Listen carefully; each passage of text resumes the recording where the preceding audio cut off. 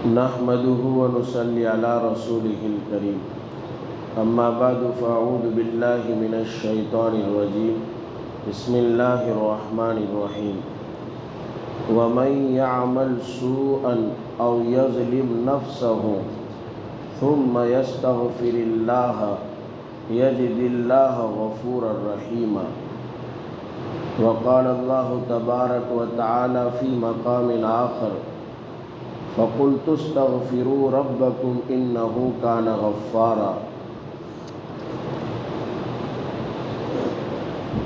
وعن ابن مسعود رضی اللہ عنہ قال قال رسول اللہ صلی اللہ علیہ وسلم من قال استغفر اللہ الذی لا الہ الا هو الحی القیوم واتوب الیہ غفرت ذنوبه وإن كان قد فر من الزحف رواه ابو داود والترمذی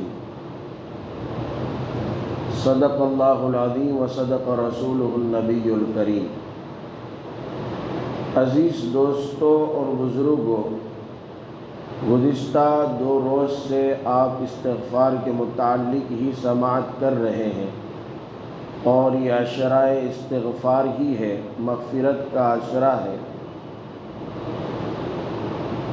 قرآن کریم کی سورہ نساء کی ایک آیت آپ کے سامنے تلاوت کی اور ایک سورہ نوح کی آیت تلاوت کی۔ دونوں میں ایک بات کی طرف ہمارا رجحان کروایا ہے کہ آدمی سے کتنا بھی بڑا گناہ ہو جائے، اگر اس سے کوئی برائی سرزد ہو جائے، کوئی خطا ہو جائے، تو اس کے لیے معافی کا دروازہ کھلا ہے، اس کے لیے معافی کا دروازہ کھلا ہے۔ انسان کو نا امید نہیں ہونا چاہیے، بلکہ اپنے رب کی طرف رجوع کرنا چاہیے۔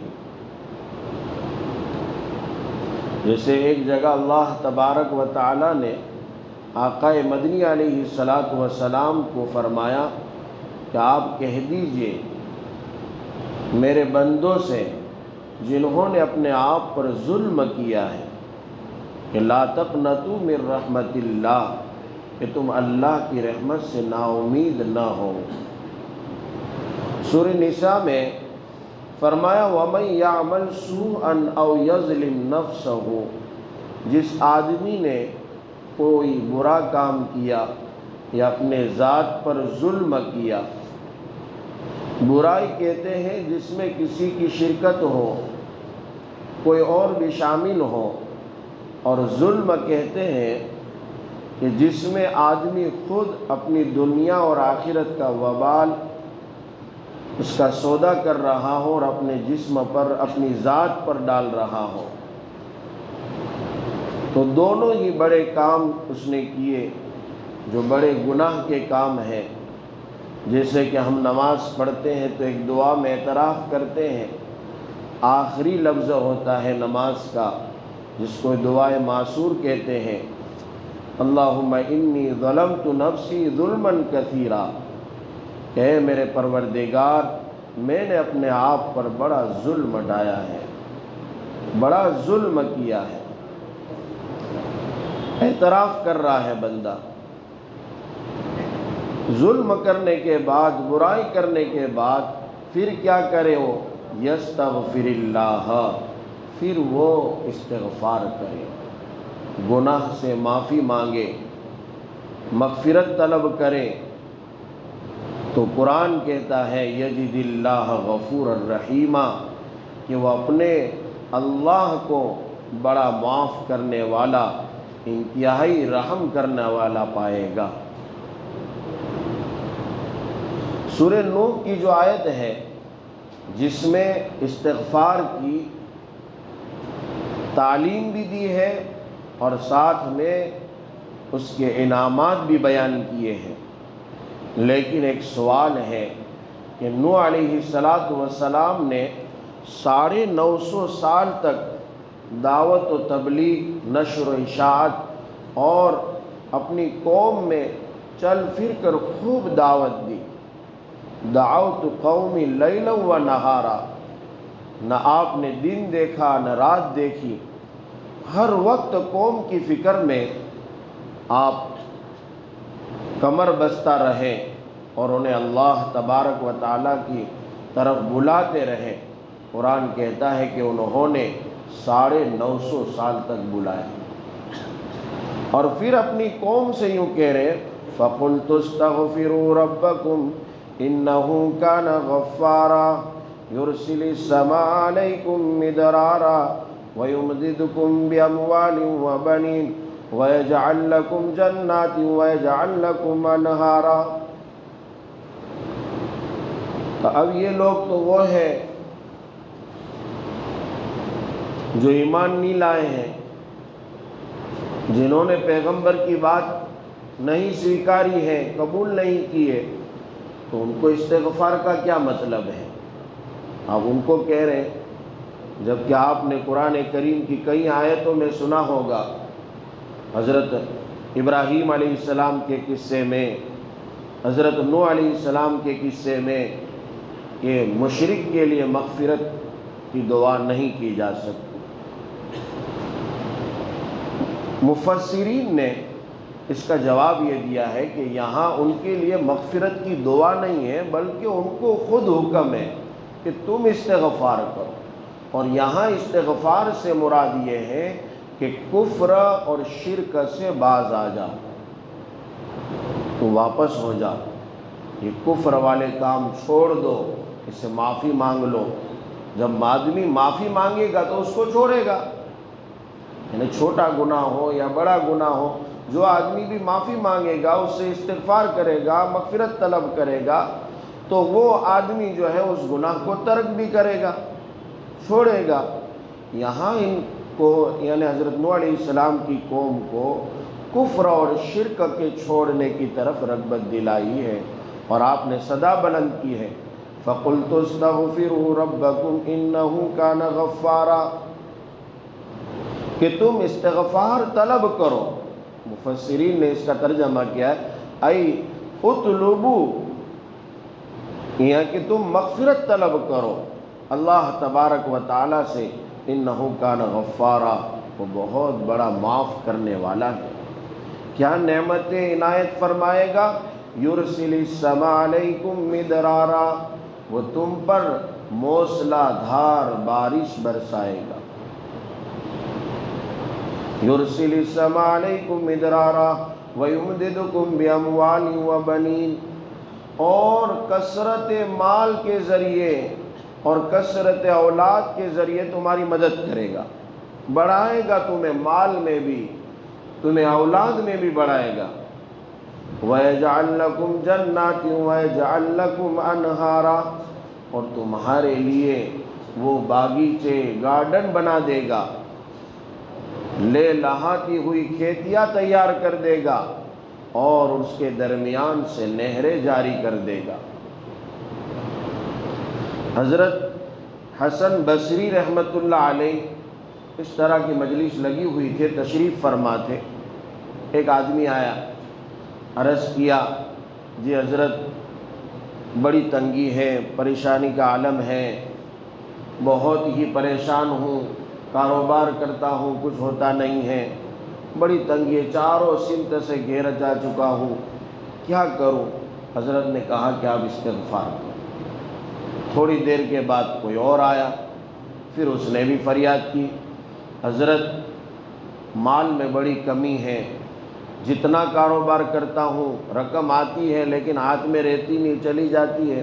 آج بھی بہت سارے لوگوں کی شکایت ہے کہ ہم کماتے بہت ہیں لیکن گھر میں رہتا کچھ نہیں ہے، کچھ نہیں، ہاتھ میں کچھ نہیں ہے، تنگ دستی ہو جاتی ہے، تنخواہیں ہیں، سیلری مل رہی ہے لیکن مہینہ پورا نہیں ہوتا ہے۔ حضرت نے کہا کہ آپ جو ہے استغفار کرو۔ تیسرا آدمی آیا، عرض کیا حضرت شادی کے کئی سال ہو گئے، ابھی تک اولاد نہیں ہے، آپ دعا فرما دیجئے، کوئی وظیفہ بتلا دیجئے۔ حضرت نے کہا کہ یہ وظیفہ لے جاؤ، استغفار کرو۔ پھر ایک آدمی آیا، عرض کیا حضرت کھیتی باڑی کرتے ہیں لیکن کچھ اناج میں برکت نہیں ہے، یا آج کل کا جو مسئلہ ہے کہ اناج اگتا ہے لیکن جب کاٹنے کی باری آتی ہے اور بیچنے کی باری آتی ہے تو مال کی قیمت گھٹ جاتی ہے اور دوسرے ویپاری خوب کماتے ہیں۔ حضرت بڑی پریشانی ہے۔ حضرت نے کہا استغفار کرو۔ پھر ایک آدمی آیا، حضرت باغیچے لے لہا رہے ہیں، خوب باغیچوں میں ہم نے درخت لگا دیے ہیں لیکن پھل میں مٹھاس نہیں ہے، اور اگر پھل اگ بھی رہے تو اچھے نہیں ہیں، بہت پریشانی ہے۔ حضرت کوئی وظیفہ بتلائیے۔ حضرت نے کہا استغفار کرو۔ کچھ لوگوں نے آ کر عرض کیا حضرت ہمارے آزو بازو سے جو نہریں بہتی تھی اس میں پانی خشک ہو چکا ہے، قحط سالی طاری ہو چکی ہے، بڑی پریشانیاں ہیں، ہم اپنی کھیتیوں کو کیسے سیراب کریں؟ حضرت نے کہا کہ تم استغفار کرو۔ یعنی وہ اس حکیم جیسا، کہ ایک حکیم ایسا تھا ایک شہر میں کہ جس کے پاس لوگ اپنی بیماریاں لے کر آتے تھے۔ پیٹ کا مریض آیا تو بھی اس کو جلاب کی گولی، بخار کا مریض آیا تو اس کو بھی جلاب کی گولی، یعنی جو کوئی بھی بیماری لے کر آئے سب کو جو ہے دوائی میں جلاب کی گولی ملا دیتے تھے۔ کیوں؟ اس لیے کہ سب سے بڑا جو ہے بیماری کا اڈا اور بیماری کا جو ہے مادہ کیا ہے؟ وہ پیٹ ہے۔ جس کا پیٹ صاف اس کی تمام بیماریاں صاف۔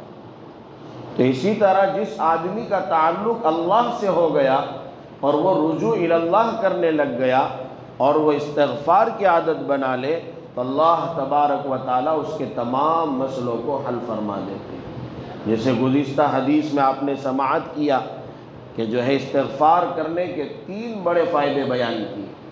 ایک تو اللہ تعالیٰ تنگی کے اندر سے اس کو جو ہے نکلنے کی راہ عطا فرما دے گا۔ دوسرا کہ تمام ٹینشنوں میں اللہ راحت عطا فرما دے گا۔ اور تیسرا اللہ تبارک و تعالیٰ نے استغفار کے فائدوں میں بیان کیا جو آج کی اہم ضرورت ہے کہ اللہ رزق ایسی جگہ سے دے گا کہ اس کا گمان بھی نہیں۔ آدمی پریشان ہے کہاں سے رزق ملے۔ یہ 2 آیتیں قرآن کریم کی تلاوت کی جس میں اس طرف ہمیں جو ہے مائل کیا گیا ہے کہ ہم اپنے گناہوں سے توبہ کریں، رجوع اللہ کریں اور استغفار کریں۔ اب استغفار کے کچھ فائدے سماعت کیجئے، بہت بڑے فائدے دوسری حدیثوں میں جو بیان ہوئے ہیں۔ یہ 3 فائدے تو گزشتہ کل سنے، آج 2 بڑے فائدے آپ سنیں۔ بہت قیمتی باتیں ہیں، آپ اس کو گرہ باندھ لیں اور یہ الفاظ زبانی کر لیں، یاد کر لیں، انشاءاللہ بڑا فائدہ ہوگا۔ روایت کرتے ہیں حضرت عبداللہ ابن مسعود رضی اللہ عنہ، انہوں نے کہا کہ فرمایا رسول اللہ صلی اللہ علیہ وسلم نے جس آدمی نے اس طرح استغفار کیا، کیسے؟ استغفر اللہ الذی لا الہ الا هو الحی القیوم واتوب الیہ۔ یہ الفاظ آسان ہے، استغفر اللہ الذی لا الہ الا هو الحی القیوم واتوب الیہ۔ یہ لفظ اس نے استغفار میں اپنا ورد بنا لیا، پڑھ رہا ہے، بس اٹھتے بیٹھتے چلتے پھرتے جہاں موقع ملا وقت ملا وہ یہ لفظ پڑھتا رہتا ہے۔ کیا فائدہ ہوگا؟ آقا مدنی علیہ السلام نے ارشاد فرمایا غفرت ذنوبہ، اس کے تمام گناہ معاف کر دیے جائیں۔ بہت بہترین لفظ ہے۔ اور پھر آقا علیہ السلام نے فرمایا وَإِن كَانَ قَدْ فَرَّ مِنَ الزَّافِ، اگر وہ آدمی جنگ سے بھی بھاگ نکلا ہو، دشمنوں کے مقابلے میں جنگ کر رہا تھا اور ڈر کر اور خوف کھا کر واپس بھاگ گیا، یہ بہت بڑا گناہ ہے، کبیرہ گناہ ہے کہ آدمی جنگ میں ہو اور وہاں سے پیچھے ہٹ کر لے۔ لیکن فرمایا کہ اگر کوئی آدمی ان الفاظ کے ذریعے استغفار کرے گا تو اللہ تعالیٰ اس گناہ کو بھی معاف کر دے گا۔ لہذا یہ لفظ یاد کر لیجئے۔ میں نے گزشتہ بھی کہا تھا کہ آپ کو چاہیے تو میرے پاس لکھوا لینا۔ حضرت سداد ابن اوس رضی اللہ عنہ سے روایت ہے، دوسرا بہت بڑا فائدہ، بہت قیمتی فائدہ، ایسا فائدہ کہ جو آدمی یہ الفاظ پڑھ لے تو سیدھا جنت میں۔ اب کتنے قیمتی فائدے ہیں۔ اس کو گرہ باندھنی چاہیے۔ جس آدمی نے صبح میں پڑھ لیا اس استغفار کو، شام ہوتے ہوتے اگر اس کا انتقال ہو گیا تو مرتے ہی وہ جنت میں داخل ہوگا۔ جس نے رات میں پڑھ لیا، صبح ہوتے ہوتے اس کا انتقال ہو گیا تو وہ آدمی سیدھا جنت میں، یعنی جنت کی سرٹیفکیٹ والا جو ہے استغفار ہے، جس کا نام سید الاستغفار ہے۔ بہت ساری جگہوں پر چھپا ہوا بھی ہے، مسجدوں میں چپکایا ہوا بھی ہے، آپ پڑھ سکتے ہیں وہاں سے۔ عن النبی صلی اللہ علیہ وسلم قال سید الاستغفار ان یقول العبد، آقا مدنی علیہ السلام نے ارشاد فرمایا کہ سید الاستغفار یہ ہے کہ بندہ یہ کلمات کہے، پھر آپ نے وہ کلمات پڑھ کے سنائے جو میں آپ کو سنا رہا ہوں۔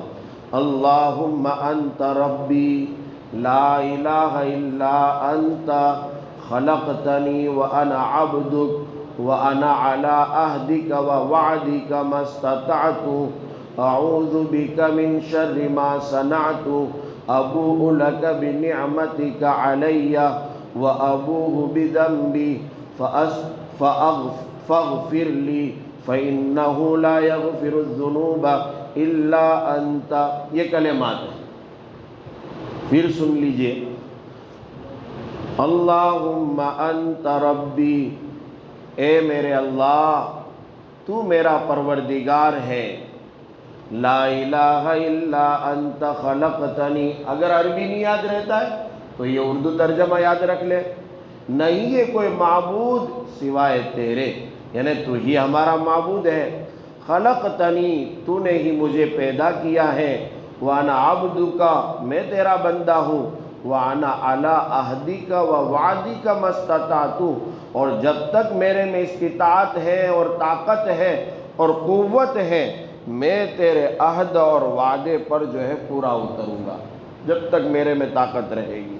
اعوذ بک من شر ما صنعت، اور جو کچھ بھی میں نے کرتوت کیے ہیں برے، اس سے میں تیری پناہ چاہتا ہوں، جو برے کام کیے اس سے میں تیری پناہ چاہتا ہوں۔ ابوء لک بنعمتک علی، میں اقرار کرتا ہوں جو تیری نعمتیں ہیں مجھ پر، یعنی تو نے مجھے انعام دیے، نعمتیں دیے، آج بدن میں سر کے بالوں سے لے کر پاؤں کے ناخن تک جو نعمتیں ہیں وہ سب اللہ کی دی ہوئی ہے، اس کا اقرار کرنا چاہیے۔ وَأَبُوءُ بِذَنبِي، اور اس کے باوجود میں اپنے گناہ کا اعتراف کرتا ہوں، یعنی سب کچھ تو نے دیا پھر بھی مجھ سے خطائیں ہو گئی، کچھ لغزشیں ہو گئی، میں اس کا اعتراف کرتا ہوں۔ اقرار جب آدمی کر لیتا ہے، آج بھی پولیس تھانے وغیرہ میں اگر کوئی گنہگار اقرار کر لیتا ہے کہ مجھ سے جو ہے خطا ہو گئی ہے تو اس کی معافی کی کچھ سبیلیں ہو جاتی ہیں۔ فاغفر لی، لہذا ہے میرے پروردگار تو مجھے معاف کر دے۔ اور پھر ایک بات کہتا ہے، بہت بہترین بات ہے جو اللہ کو بہت پسند آتی ہے، جب بھی آپ اردو میں بھی دعا کریں تو یہ کہے آپ، فَإِنَّهُ لَا يَغْفِرُ الذُّنُوبَ إِلَّا أَنْتَ، اس لیے کہ گناہ کو معاف نہیں کرتا ہے لیکن بس تو ہی۔ تو اللہ کو بہت پسند آتا ہے، جیسے ہمارے یہاں اردو میں دعائیں ہوتی ہیں تو ہم کہتے ہیں نا کہ اللہ کوئی معاف کرنے والا نہیں ہے، بس تو ہی معاف کرنے والا، یہ اسی کا ترجمہ ہے۔ آقا مدنی علیہ السلام نے فرمایا من قالها من النہار مؤمنا بها، جس آدمی نے اس کو دن میں اس کلمات پر یقین کرتے ہوئے اس کو کہا، فمات من یومہ قبل ان یمسی، کہنے کہ شام ہونے سے پہلے پہلے اگر وہ آدمی اسی دن مر گیا جس دن اس نے یہ دعا پڑھی ہے تو وہ کہاں جائے گا؟ فہو من اہل الجنہ، تو وہ اہل جنت میں سے ہو جائے گا۔ کتنی بڑی فضیلت ہے۔ ومن قالها من اللیل، اور جس آدمی نے اس کو رات میں کہا اور اس بات ان کلمات پر یقین کرتے ہوئے، فمات قبل یصبح، پھر وہ مر گیا صبح ہوتے ہوتے پہلے ہی، فہو من اہل الجنہ، تو وہ آدمی جنت والوں میں سے ہو جائے گا۔ رواہ البخاری، اس کو امام بخاری علیہ رحمہ نے روایت کیا، یعنی قیمتی جو ہے کلمات ہے۔ اس لیے ابن ابو حمزہ نے کہا کہ یہ استغفار اور مغفرت طلب کرنے میں سب سے شاندار اور عمدہ کلمات ہیں اور بہت جامع کلمات ہیں، کیوں کہ اس دعا کا جو ترجمہ میں نے اور دعاؤں کے نہیں سنا ہے لیکن اس کا سنایا، اس کی وجہ ہے کہ اس میں آپ کو پتہ چل جائے کہ آدمی ایک تو اللہ کی توحید بیان کرتا ہے، اللہ کی جو ہے کیا کہتے ہیں الوہیت بیان کرتا ہے، اور اس نے سب کو پیدا کیا ہے، اس کے خالق ہونے کا اعتراف کرتا ہے، اور اس کی کہ میں اس کا بندہ ہوں یعنی عبودیت کا اعتراف کرتا ہے۔ پھر اللہ کے وعدوں اور اللہ نے جو اس کے عہد کیے ہیں کہ تو نیکی کرے گا تو میں یہ انعام دوں گا اور تیرے لیے یہ وعدے، اس کا بھی اقرار کرتا ہے، اور جو ہے ساتھ میں اپنے کیے ہوئے گناہوں سے معافی کرتا ہے، اور معافی کے ساتھ ساتھ اپنے اللہ کی نعمتوں کا اعتراف کرتا ہے اور اپنے گناہوں کا بھی اعتراف کرتا ہے، تو اللہ اس کو ضرور معاف کر دے گا۔ اس لیے ان کلمات کو یاد کر لے۔ اللہ تبارک و تعالی عمل کرنے کی توفیق عنایت فرمائے۔ وآخر دعوانا الحمدللہ رب العالمین۔